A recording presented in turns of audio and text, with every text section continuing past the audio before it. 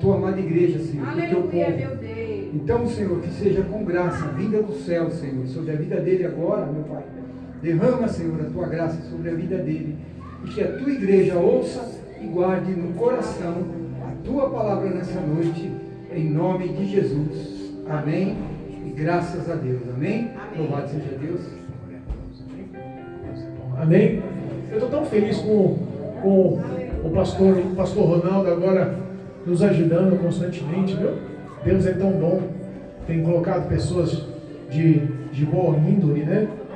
E nós ficamos tão contentes com essa comunhão, com essa união, amém? Aleluia. Deus é fiel, irmãos. Eu saúdo a todos mais uma vez na santa e gloriosa paz do Senhor. Mais uma vez, eu com o meu coração alegre, eu glorifico ao Senhor pela oportunidade de nessa noite levarmos a mensagem do Senhor, amém? Nós temos que marcar aí o nosso amigo pastor Mauro vir ministrar mais uma vez aqui, né? Veio ministrar uma vez, fez saudade, né? Deus é fiel, né? O nosso pastor Ronaldo aqui está nos apoiando. Irmãos, quinta-feira o pastor vai pregar, viu? Não falta não, culto de cura e libertação.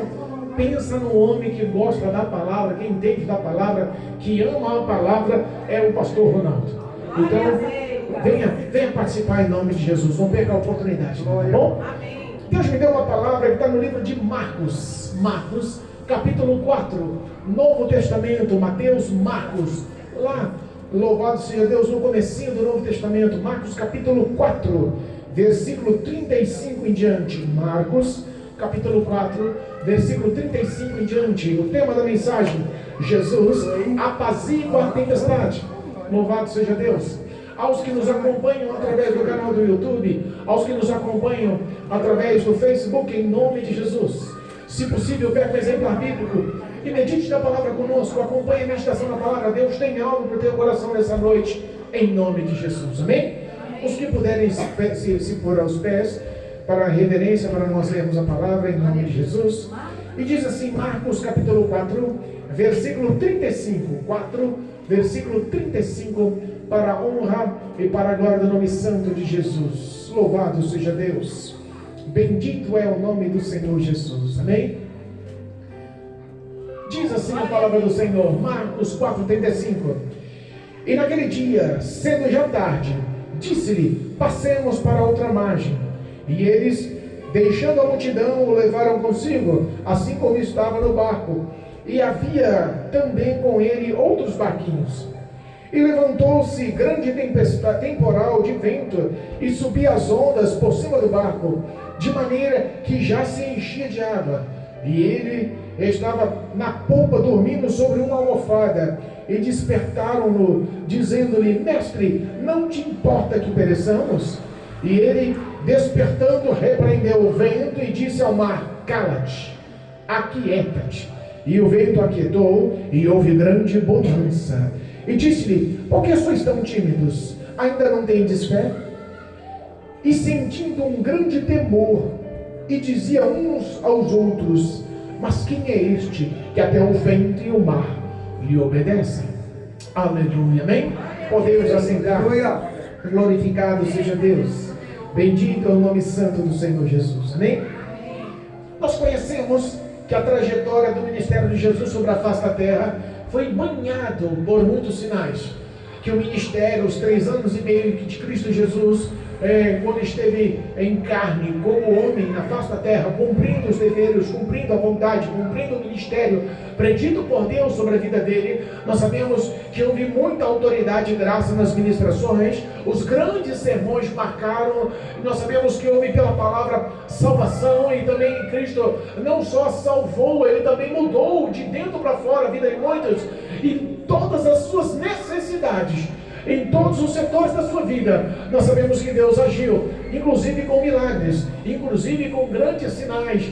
Nós sabemos que Jesus Cristo curou a muitos, nós sabemos que Jesus Cristo expeliu demônios de muitos, e nós sabemos que as maravilhas e os sinais feitos por Jesus foram o marco do seu ministério sobre a face da terra. Mas em todas as suas palavras, em todas as suas ministrações, ele sempre queria nos deixar algo pedagógico, que nos ensine, nos estruture e nos fortaleça. E não há outra coisa que possa mudar a não ser as palavras de Jesus. Receber milagre é bom? É bom. Quem que não gosta de milagre? É bom. Mas se converter, transformar os seus atos, serem transformados e tocados, libertos pela palavra e, acima de tudo, salvos pela palavra, é muito melhor do que o milagre. É muito melhor do que os grandes sinais. Que proveito há, por exemplo, o homem ganhar a cura e ir para o inferno? Então nós sabemos que a palavra, ela é a base do Evangelho. A palavra de Deus, ela é a estrutura, é a rocha daqueles que creem em Cristo, para que não se abalem. E nós entendemos que em todos os seus feitos, Ele tentou acrescentar pela palavra em nosso coração, fé. Já foi lido hoje pelo pastor Ronaldo, já foi dito pelo pastor homem de Deus da casa, que sem fé é impossível agradar a Deus. Está lá em Hebreus, assim? E nós sabemos que nós crendo no poder da palavra de Deus, nós crendo nas ações, nos feitos do Senhor, elas têm que ser, essa fé, elas têm que ser viva, com obras. Porque se eu falar que tenho fé, mas não estou a fim de obedecer, não tem valor.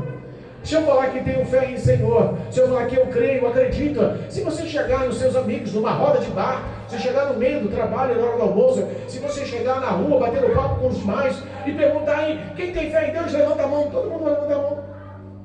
Mas quais são as suas obras para provarem a sua fé? Opa, aí já muda o contexto. Por que está chegando nesse contexto, pastor? Porque o Senhor, um pouquinho antes do propósito de entrar no Mar da Galileia com os discípulos, nós vemos que ele estava falando sobre fé. Se nós olharmos um trechinho antecessor, ele estava comparando, o que posso eu comparar com o reino dos céus? E ele faz, como sempre, todas as comparações através de parábolas ou de histórias, de contos, para que as pessoas pudessem entender. Ele assemelha ou ele compara que a fé, ela tem que ser como um grão de mostarda. Para quem não sabe, eu tenho em casa um pacotinho com semente de grão de mostarda. É realmente extremamente pequenininho. E nós pegamos a leitura, nós vemos que essa tão pequena semente, quando plantada na terra, quando ela é semeada, quando ela é investida, quando ela é plantada na terra, nasce um grande, tremendo pé, frondoso, forte, a ponto, diz a palavra, das nuvens da árvore subir aos altos níveis e os pássaros se abrigarem em seus ramos. Então nós entendemos que por mais que se inicie pequenininha, ela pode crescer e se transformar forte. E ele ensinando a fé, ele repara que ele quer mostrar a atitude de fé sobre os discípulos. Porque todas as vezes que nós ouvimos a palavra de Deus, que o Espírito Santo tem propósito de nos ensinar, ele vai fazer nós vivemos a palavra. Não há outra coisa que mostre que Cristo está na nossa vida, a não ser ser provados por Deus para sermos aprovados. Porque a aprovação nos traz purificação, nos traz intimidade para com Deus. E nós vemos que ao término de um sermão, ao término de uma pregação, ele olha para os discípulos já no fim da tarde e fala assim, olha só, versículo 35, e naquele dia já sendo tarde, disse-lhe, passemos para outra margem. Eles estavam na beira do rio, do Mar da Galileia, ou do lago Genezaré. Esse lago é grande. Esse lago é alimentado pelo Monte Hermon, ele é alimentado pela montanha de Colã, pelo Monte Hermon, onde os picos existe uma grande geleira. Sabe, dependendo da altura, cria-se neve nas pontas, gelo nas pontas dos picos, e os de gelos alimentavam, a água alimentava aquele lago, um lago com 21 quilômetros de comprimento, 14 de largura, era fundo, e ali era, até hoje, o maior lago de água doce da região, em todas as cidades circunvizinhas. O comércio, a alimentação, a pesca era tido como meio de vida para muitas pessoas. E entre os discípulos havia 3 pescadores. Então nós sabemos que eles conheciam aquelas águas, eles já tinham o hábito diário, constante, de estar ali buscando a sua renda nas águas. Então não foi novidade. Quando Jesus olhou para eles e falou assim, ó, entremos no barco e passemos para o outro lado. Quando você é convidado por Cristo Jesus, e Jesus fala com você, olha só, vamos a um certo ponto, tem um propósito. Vamos sair daqui para ir ali, tem um propósito. Se eu falar para o pastor Ronaldo, vamos sair daqui e vamos lá para a casa do pastor Ronaldo, tem um propósito. Às vezes é um café gostoso com bolo, né? Que a japonesa faz um bolo mais denso, mas tem um propósito. Tem ou não tem um propósito? Louvado seja Deus. Mas Jesus tinha um propósito maravilhoso, irmãos. O propósito de Jesus era a libertação de um homem do outro lado do lago, numa cidade chamada Gadara. E o propósito de salvar um é muito intenso, é muito grande. Quanto vale uma alma? Mas em meio a esse propósito, ele também queria acrescentar no coração dos discípulos fé. E a fé naquela época não era como hoje não, sentar bonitinho aí, terno e gravata, perfuminho, sapato polido no pé, cheiroso, não é? Toda a vontade, sentar movida a palavra, não. A fé com Jesus era na prática. Vamos para o outro lado do lado. Mas se Deus manda, ele vai estar conosco. Vamos. Ele não falou, vai, entra no barco e vai sozinho. Não, ele falou, vamos. E se Jesus está no propósito, te chamando, pode confiar, ele está no barco. Pode confiar, ele está no barco. E a Bíblia fala que eles entraram no barco e com um propósito único de obediência começaram a remar. Mas também diz que Jesus cansado. Eu imagino o físico, eu imagino o psicológico, eu imagino o emocional, eu imagino o corpo de Jesus como estava surrado. Os jejuns, as pregações, os sinais, os milagres, tudo isso exerce demais no físico da gente. Quem prega a palavra sabe que existe uma retaliação, uma sobrecarga espiritual. Se você está atuante na obra, o teu físico não é o principal plano do diabo. O principal plano do diabo é atacar a sua vida espiritual. E isso gera sim um fardo espiritual. O cansaço físico é grande. E eu fico imagina o tamanho da batalha espiritual que Jesus não passava.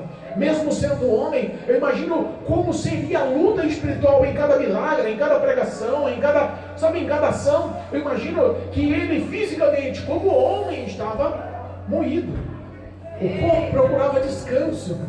E entenda como nós possamos entender que ele estava cansado. Ele entra no barco, ele vai à polpa do barco. A polpa é a ponta, a frente do barco. Ele coloca uma almofada, deita e começa a dormir. Só que enquanto os discípulos remam de um lado para o outro, outros barquinhos vinham com eles. E irmãos, nós falamos de embarcação nome, nós estamos falando de barcos modernos com motor, nós estamos falando de tecnologia, não estamos falando de guia por bússola, não estamos falando nada disso. Nós estamos falando de barcos artesanais feitos pelas mãos humanas. Nós estamos falando de umas coisas rústicas, difíceis de entender que aquilo flutuava e era o ganha-pão deles. Nós estamos falando que eles, para atravessar 14 quilômetros de mar, eles remavam.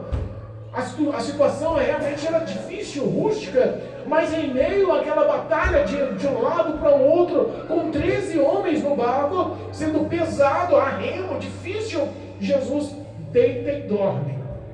E no meio da trajetória, no meio do caminho, um grande temporal se levanta, ventos começam a soprar, as águas, as ondas começam a se levantar, e a Bíblia fala que elas começam a inundar os barcos. As pessoas ficam muitas das vezes pensando, Senhor, peraí, o Senhor tem um propósito para a minha vida, o Senhor me chamou, o Senhor está comigo na batalha, mas se o Senhor que é todo poderoso, o Senhor que é o Criador dos céus e da terra, é o Senhor aquele que me ama, me resgatou, como posso eu sofrer aflições se o Senhor está no meu barco? Como posso eu sofrer o medo da tempestade, o risco do naufrágio, o medo de morrer afogado? Como eu posso passar essa situação se o Senhor está no meu barco? Às vezes, nós como cristãos não conseguimos entender porque passamos por provações e lutas. Não é porque Jesus está na minha vida, não é porque Jesus está na sua vida, não é porque nós temos uma aliança com o Senhor, não é porque o nosso nome está no livro da vida, não é porque o Espírito Santo mora no meu e no teu coração que nos priva de provações e lutas. Nós não estamos num campo de força, nós não estamos numa redoma, num escudo protegidos. As aflições, as dificuldades, as provações e as batalhas espirituais acontecem e muito, acontecem e constante. Sabe que o mundo muitas das vezes não passa dificuldades e aflições que o crente passa. O projeto do diabo é que está na mão dele, é não deixar nenhum tipo de aflição que ocorra, nenhum tipo de luta perversa, nenhum tipo de dificuldade, porque já sabe que está na mão dele. Deixa eles em paz, faça tudo que a sua carne almeja, viva o pecado e a iniquidade, não vou levar nenhum tipo de tribulação, de problema, de dificuldade, porque eu sei aonde vai terminar essa estrada larga. Lembra da estrada larga? Lembra que muitos entram nelas. Mas por que o crente é tão difícil? Porque para o crente a luta é difícil, não é? Tem hora que você olha e fala, rapaz, como é que pode? O ímpio bota a mão da certa. Não é? Tem hora que você fala assim, rapaz, aquele cara lá é um briguento, aquele cara lá é um ladrão, aquele cara lá é um viciado, mas aonde ele põe a mão cresce. O cara começou uma banquinha ali, hoje o cara tem uma loja. Você vê aquela mulher é uma adulta, aquela mulher é fornica, aquela mulher tem uma vida de erros, mas os filhos dela estão nas melhores faculdades. Sabe, algumas coisas que você olha e você fala assim, mas por quê? Que as coisas ficam boas, ficam bens com os ímpios, e o justo, aquele que está tentando lutar, entrar na presença do Senhor com verdade, tentando viver o Evangelho com sinceridade, é tão difícil. Eu costumo dizer aqui, primeiro, o diabo luta contra os santos. O projeto de Satanás é um só contra a igreja: matar, roubar e destruir. Repara que o propósito do barco atravessar de um lado para o outro com Jesus e com os seus discípulos era único, era de libertar e salvar o homem. E esse propósito de libertar e salvar a humanidade através do Evangelho proporciona uma batalha espiritual muito intensa, proporciona uma luta muito intensa. Aquele que é nascido do Espírito entende o que eu estou falando, porque cada oração, cada intercessão, cada jejum, cada clamor, cada aconselhamento, cada vez que você para profetizar algo sobre a vida da pessoa pela palavra de Deus, com certeza gera uma batalha espiritual no mundo. Nós sabemos que aquela tempestade, nós sabemos que aqueles ventos, nós sabemos que aquelas ondas que estavam entrando no barco, estavam gerando no coração daqueles homens o que Cristo esperava: fé. Porque Jesus tinha acabado de falar do grão de mostarda. Como nós ouvimos a palavra de Deus todos os dias nos cultos, mas parece que quando nós vamos praticar o que aprendemos aqui lá fora, nós esquecemos, fica difícil. Não, o pastor falou lá, mas aqui é diferente. Não, aqui o negócio é complicado. Aqui para vencer é diferente, aqui para batalhar espiritualmente é outra coisa. Talvez eles sentiram isso. O sermão acabou falando de fé e Jesus dormindo. Talvez esperava com as ondas batendo, com a tempestade, com aquele barco com risco de afundar, de vir a pique. Talvez Jesus esperava que os discípulos, ou pelo menos um deles, levantassem em meio às ondas, levantassem em meio à tempestade e repreendesse o vento, repreendesse o mar. Desse ordem como Jesus deu. Mas repara que falar é fácil, né? Falar é muito fácil. Às vezes nós estamos na igreja, vivemos tantos anos na igreja, mas a falta da prática da nossa fé geralmente nos torna pessoas vulneráveis e medrosas. Vulneráveis e medrosas. Nós reparamos que quando a batalha acontece, o medo, o pânico, o pavor quer tomar frente. Parece que a sua fé recolhe. Você fala, eu tenho fé em Deus, mas dessa vez não dá para enfrentar não. Eu tenho fé em Deus, mas eu mesmo orando, eu não sei se vai dar certo. Algumas situações em nossas vidas têm que mudar. Nós temos que acreditar. Nós temos que ser verdadeiros e sinceros com o Senhor. As nossas orações, elas têm que ser do fundo do nosso coração. Porque Cristo, dos altos céus, no seu trono, Ele lá de cima, Ele atenta, Ele se preocupa com cada um de nós. Ele atenta os nossos pensamentos, os nossos sentimentos são vistos por Deus. Você acha que Jesus dormindo naquele barco sobre uma almofada, Ele não estava ensinando para os discípulos? Mesmo Ele dormindo, Ele não estava esperando algo daqueles homens? Quantas vezes Cristo espera algo de mim, de você? A fidelidade, a obediência que tanto prezamos e falamos que somos, e às vezes na prática não conseguimos colocar, não conseguimos exercer, não conseguimos realizar. Quantas vezes nós passamos ao lado de uma pessoa necessitada e não conseguimos exercer o amor que resume o Evangelho? Quantas vezes nós passamos ao lado de uma pessoa perturbada? Nós olhamos para algumas pessoas e falamos assim, não tem jeito não, está na cara que isso é demônio. Tem pessoa, não tem pessoa que você olha e você fala, aí rapaz, se pôr a mão aí com unção, com graça, com autoridade, o demônio vai cair. Vai haver uma luta espiritual, essa mulher vai ser liberta, mas tudo isso está no nosso conhecimento teórico e pouca prática. E pouca prática. Já aconteceu, Deus está ministrando, não aqui, já aconteceu, Deus está ministrando numa outra igreja que eu congregava, e uma pessoa caiu endemoniada, e quando ela manifestava e caiu endemoniada dentro da igreja, a igreja pequena, os bancos plásticos, e quando a pessoa caiu endemoniada, só vê crente correndo, só vê cadeirinha pulando lá, toda apavorada, porque às vezes é muito teórico, às vezes está muito na aparência. Às vezes o título de eclesiástico dentro de uma igreja não substitui a unção, não substitui a verdade do coração, a autoridade dada por Cristo, a nossa fé em prática. Talvez Cristo queira nos ensinar hoje, ter um propósito na sua vida. Talvez Jesus nos chama com um propósito para passarmos por esse vale, passarmos por esse lago, passarmos por esse deserto, passarmos por essa provação, porque tem um propósito, mas para nós passarmos, nós temos que crer e praticar a nossa fé. Cristo está no barco, se Cristo está no barco, a vitória é certa. Se Cristo está no barco, como ele falou, passemos, mas no meio do caminho ia afundar o barco e todos iam morrer. Ele não deixa, o controle está na mão dele. A história da humanidade está na mão dele. Ou você acha que ele perdeu o comando e o controle dos 8 bilhões de seres humanos que tem sobre a face da terra? Não. Ele continua sendo o Deus Todo-Poderoso. Ele nos entende, nos compreende, ele sabe as nossas limitações, mas ele quer expandir isso. Ele não quer que nós se acomodamos, ele não quer que nós vivemos uma vida espiritual medíocre, na média. Todo mundo faz isso, então não vou mudar não. Todo mundo realiza só isso, então para mim tá bom. Se eu acompanhar a atitude do pastor, tá ótimo. Se eu acompanhar a atitude da missionária lá na igreja, do presbítero na igreja, se eles fazem isso, eu também vou fazer, então tá bom. O nosso foco de vida, o nosso espírito de vida é a palavra de Deus. O nosso foco de vida, o nosso espírito de vida é os passos de Cristo Jesus. Ele esperava atitudes de fé sobre os discípulos, mas os discípulos não entendendo, sabe qual foi a atitude? Vendo que ia afundar o barco, que ia naufragar a todos. O problema é que tinha pescadores ali. O problema é que tinha pessoas que já sobreviviam do barco, da pesca. O problema é que o lago não era desconhecido. O problema é que a rotina já era conhecida. Às vezes a nossa rotina dentro de casa, a nossa rotina no trabalho, a nossa rotina no meio da parentela, a nossa rotina até mesmo dentro do ministério tem que ser mudada. Nós temos que exercitar a nossa fé. Se chegar alguém necessitado de um conselho, você tem palavra de Deus no teu coração para aconselhar.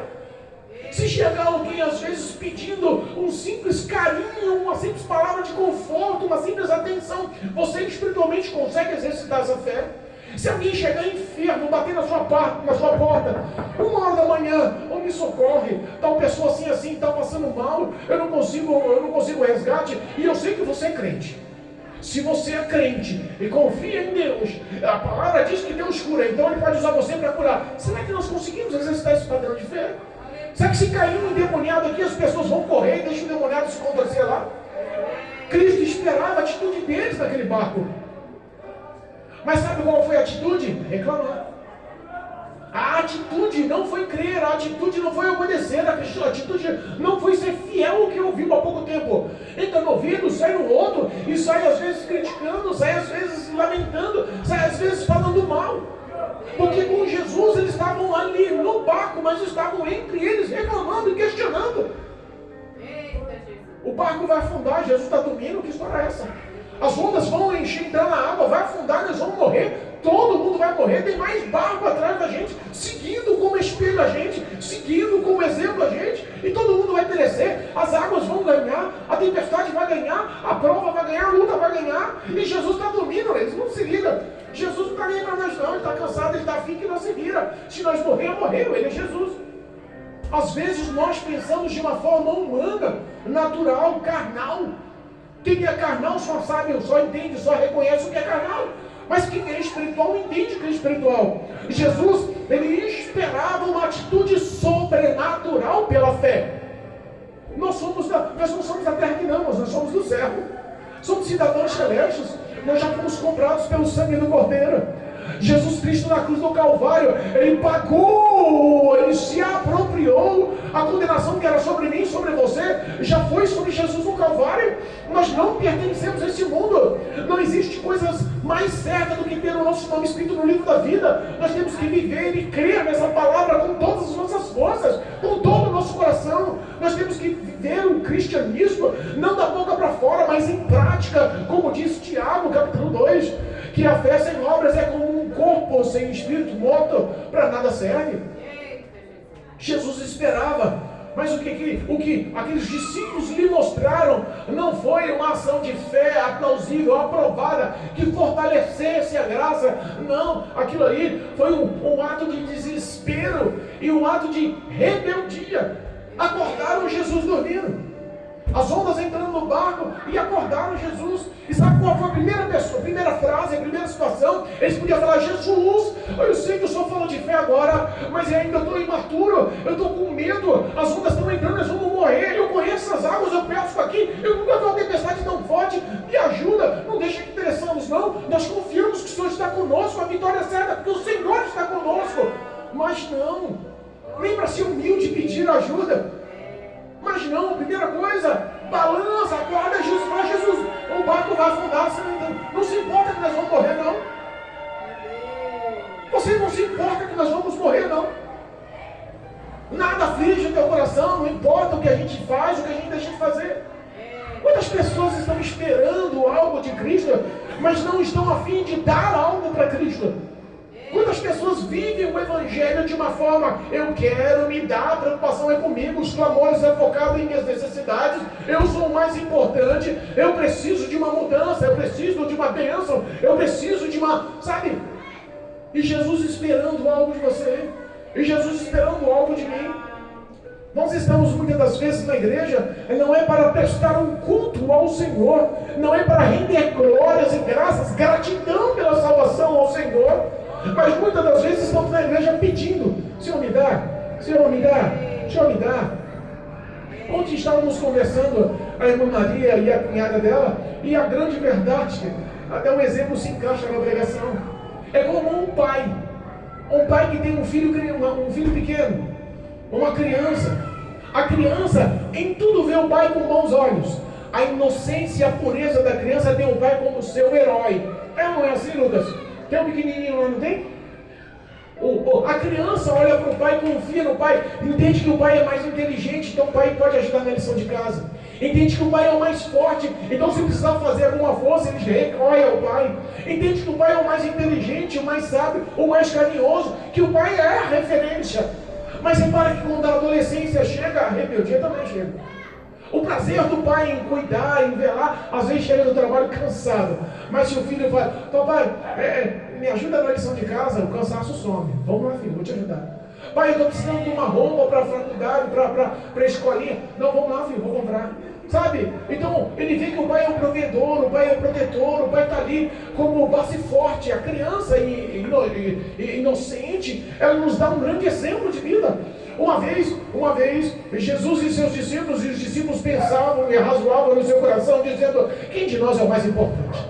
Quem de nós é o mais importante aos olhos de Deus?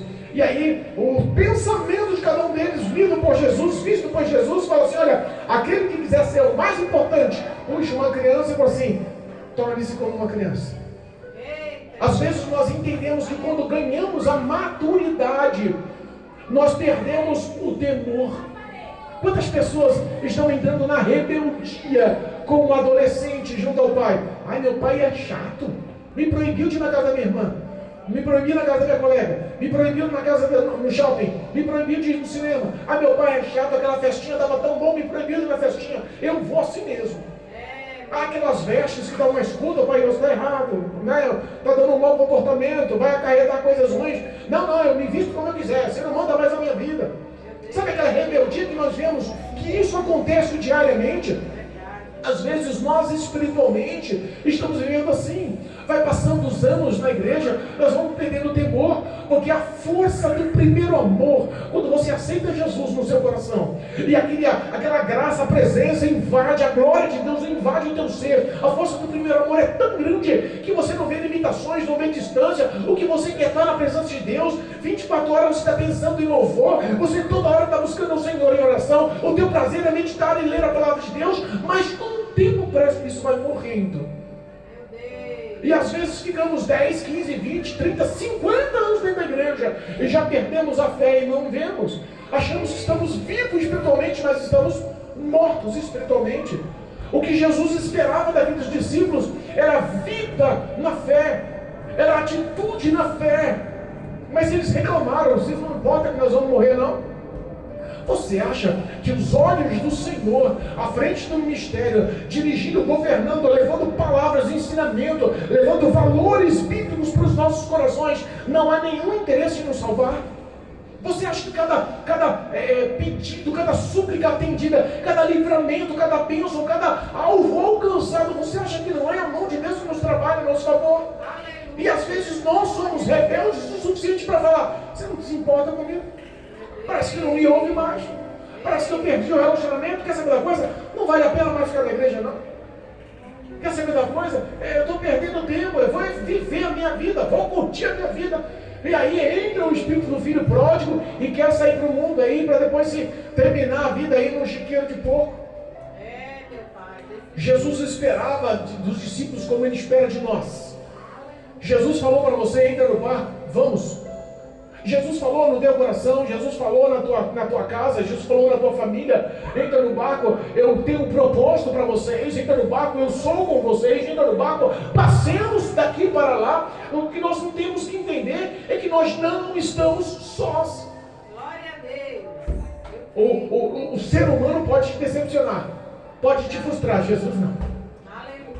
Quando os discípulos acordam, ele fala: o Senhor não se importa, não entra no teu coração que nós vamos morrer, você não se importa se a gente morre não.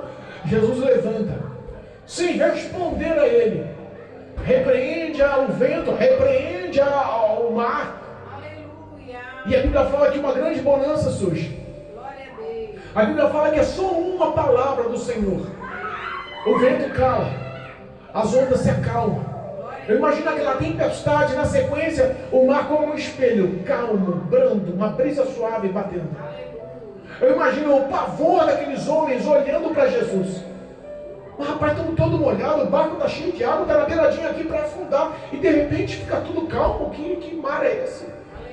Cadê o vento? Cadê as ondas? Olha que bonança, olha como está pacífico, olha como as coisas mudam. Porque às vezes o que é difícil para nós, o que é impossível para nós, o que perde do nosso comando, do nosso controle, o que sai da nossa capacidade, o que sai da força do nosso braço, o que nos limita, não é impossível para Deus. O que Ele quer é que nós sejamos vivos na fé, praticantes da fé, fiéis na fé. Falar que tem fé é fácil. Jesus nos ensina que a fé ela começa pequenininha e ela pode terminar grande, poderosa. Tudo é possível pela fé. E Ele repreende. Jesus podia ser compreensível, não podia? Talvez aos nossos olhos podemos olhar para Jesus e falar assim: Jesus podia olhar para nós no barco, 12 homens no barco, o barco a ponto de afundar, a água quase submergindo, todo mundo apavorado, em pânico, tremendo, todo mundo com o coração abalado, a ponto da morte. Jesus podia ter um pouco mais de misericórdia, podia falar para nós com mais mansidão, podia falar para nós com mais mimo, com mais carinho, porque às vezes a gente quer isso, a gente não quer ser confrontado, a gente não quer mudança, a gente quer cabecinha alisada, quer tapinha no ombro. E o evangelho que é muito meloso, irmãos, cuidado, é muita vitória, é muita bênção, é muita chave na mão, sabe, é muita promoção, é muitas compras. Sabe, essas coisas que são pregadas aí muito fácil, cuidado. A atitude de Jesus não foi como nós pensávamos que ia ser. E às vezes não é o que nós pensamos que vai ser. Jesus olha para ele e fala assim, para eles, e fala assim, louvado seja Deus, versículo 40, e disse-lhes: por que sois tão tímidos? Em algumas traduções diz assim, louvado seja Deus. Por que são tão covardes? Em outras traduções dizem porque são tão medrosos. Tímidos, covardes, medrosos. Jesus podia ter pegado leve, podia pedir. Você acha que ele falou essa palavra com um risinho? Vocês são tímidos, gente. Para. Não. A vida deles estava em risco. O barco realmente podia afundar. Se a fé não fosse exercida, se Jesus não estivesse com eles, eles iam naufragar e iam morrer. A tempestade ia ganhar. Não iam passar pela provação. O que Ele quer é que esse medo que é gerado em nossas vidas, eles caiam por terra. A timidez, irmãos, entenda, um homem que é tímido é limitado, um homem que é tímido ele é barrado, o homem que é tímido, a mulher que é tímida, o ministério não cresce. Tanto que a Bíblia nos ensina em Apocalipse que os tímidos não herdarão o reino dos céus. Meu Deus. Nós entendamos, as palavras de Jesus às vezes podem ser ásperas. Chamar você de covarde. Por que você é covarde? Vai, que forte, hein? Hoje em dia, se você chamar um ao outro aí, a cara na cara, seja covarde, é capaz de levantar e partir você. Ir para cima, partir para cima de você na direção. Mas Jesus, ele fala, e ele fala sabendo do efeito da sua fala. Porque a correção, a repreensão, o confronto nunca é bem-vindo. Nunca é. Se você é repreendido, não pense que você vai receber a repreensão com um sorriso nos lábios. Não vai não. Aquilo te choca, te impacta. Você não aceita na hora. Mas se você entende, guarda e sabe que aquilo tem fundamento, que vem de Deus, a Bíblia fala que com o tempo gera arrependimento e bênção, e vitória, e transformação. É verdade. E eu fico pensando, Jesus, como deve ser confrontado direto, pessoalmente pelo Senhor? Sabe qual foi o resultado? Eles ficaram tremendo de medo. A bonança já tinha acontecido. O mar já estava calmo. Não havia mais vento. Eles estavam seguros. Mas o medo dominou eles. Não dominou pela situação humana, mas dominou pela autoridade de Jesus. Dominou pela autoridade e graça de Jesus. Último versículo, já estamos encerrando. Versículo 41. E sentiram um grande temor e diziam uns aos outros. Em algumas interpretações diz assim, ó, e os discípulos, contudo, estavam tomados de terrível pavor e comentavam uns com os outros. Pavor, medo, pânico. Eles olhavam para Jesus, estando com Jesus, caminhando com Jesus, diariamente ao lado de Jesus, tocava Jesus, ouvia Jesus, comia com Jesus, dormia ao lado de Jesus, sabia quem era Jesus, mas não conheciam Jesus. Mas não conheciam Jesus. Às vezes nós falamos que estamos com Jesus, falamos ou não falamos? Ah, Cristo manda aqui, ó. É só Deus. Primeiro lugar Deus, é assim, Marcelo? Primeiro lugar Deus. Mas às vezes nós não conhecemos Deus. Jó, a Bíblia fala que Jó, no comecinho do livro, no capítulo 1, fala que ele era um homem reto, íntegro, temente a Deus e desviava-se do mal. Quem falou isso foi o próprio Deus. Esses méritos foram falados pelo próprio Deus. A característica, sabe, a identificação, o caráter foi falado e expressado pelo próprio Deus. E Deus decide prová-lo. Mas no fim do contexto, Jó olha para ele e você olha assim: eu te conhecia de ouvir falar, mas hoje eu conheço de andar contigo. Às vezes nós estamos na igreja, mas só ouvimos falar. Não há atitude de fé provando as nossas vidas, provando a nossa intimidade, provando que conhecemos Jesus. Às vezes nós estamos andando do lado, mas não temos participação no Evangelho. Sabe a figueira na beira do caminho? A figueira na beira do caminho, Jesus vinha com seus discípulos, e na beira do caminho tinha uma figueira com folhas tenras, bonitas, as folhagens verdes, sabe, aprovada aos olhos, bonito aos olhos. Jesus com fome vai procurar o fruto, vai procurar o figo, vai procurar o que tem ali na figueira, mas não encontra nada. Jesus amaldiçoa a figueira, ela murcha, seca, morre na hora.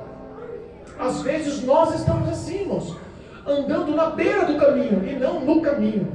Às vezes nós estamos trajados como crente, terno, gravata bonitinha, né? Até combinou com terno. Ficou bonita, pastor Ronaldo é benção para se arrumar. Né? As irmãs com roupa hora longa, o vestidão ralando no sapato lá embaixo. E às vezes nós estamos bem trajados, mostrando que somos crentes. A Bíblia, tem uns que a Bíblia com essa chapuleta assim, andando na mão, brigando, mãe? O crente. Mas está andando do lado.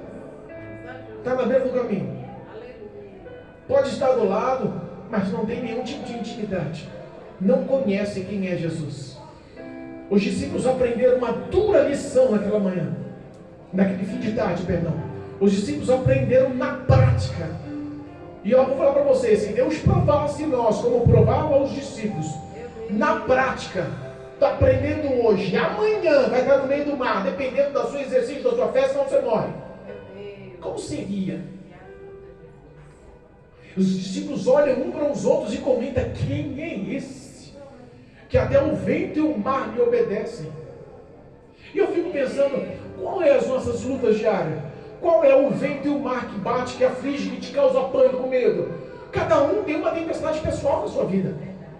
Uns é os filhos, que estão causando dor de cabeça, dificuldade. Foram criados nos bons valores, mas no meio do caminho tropeçou, caiu, não conseguiu voltar. Está aí encarcerado por drogas, está encarcerado no adultério, na prostituição, no roubo, numa vida ilícita. Outros é o marido. Está vivendo uma vida constante, mas de repente tropeça, cai. E aí entra infidelidade, entra o adultério, entra os vícios. Outro é a mulher, que deixa de ser sábia, passa a ser tola.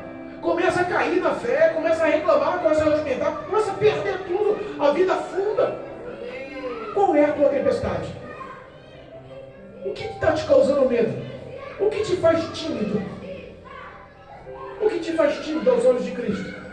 O que está faltando para você levantar e exercer fé? O que está? Qual é a ação? Qual é a atitude para mudar a sua história? Jesus nos faz essa pergunta hoje. Muitas pessoas estão limitadas pela doença, muitas pessoas estão limitadas pelas perturbações demoníacas, muitas pessoas estão com as famílias perdendo, muitas pessoas já perderam o relacionamento com seus filhos, muitas pessoas estão afundando em vícios, muitas pessoas já perderam o lar, perderam dignidade, perderam a sua identidade. Qual é a tua tempestade? Saiba que Jesus, Ele continua agindo com graça, compaixão, misericórdia. É nas mãos do Senhor que está a misericórdia. Diariamente, ao alvorecer, ela se multiplica. Dá para entender um Deus que te ama dessa forma? Não há méritos em nós, não há nenhum tipo de obra que possa falar: eu mereço. Não há.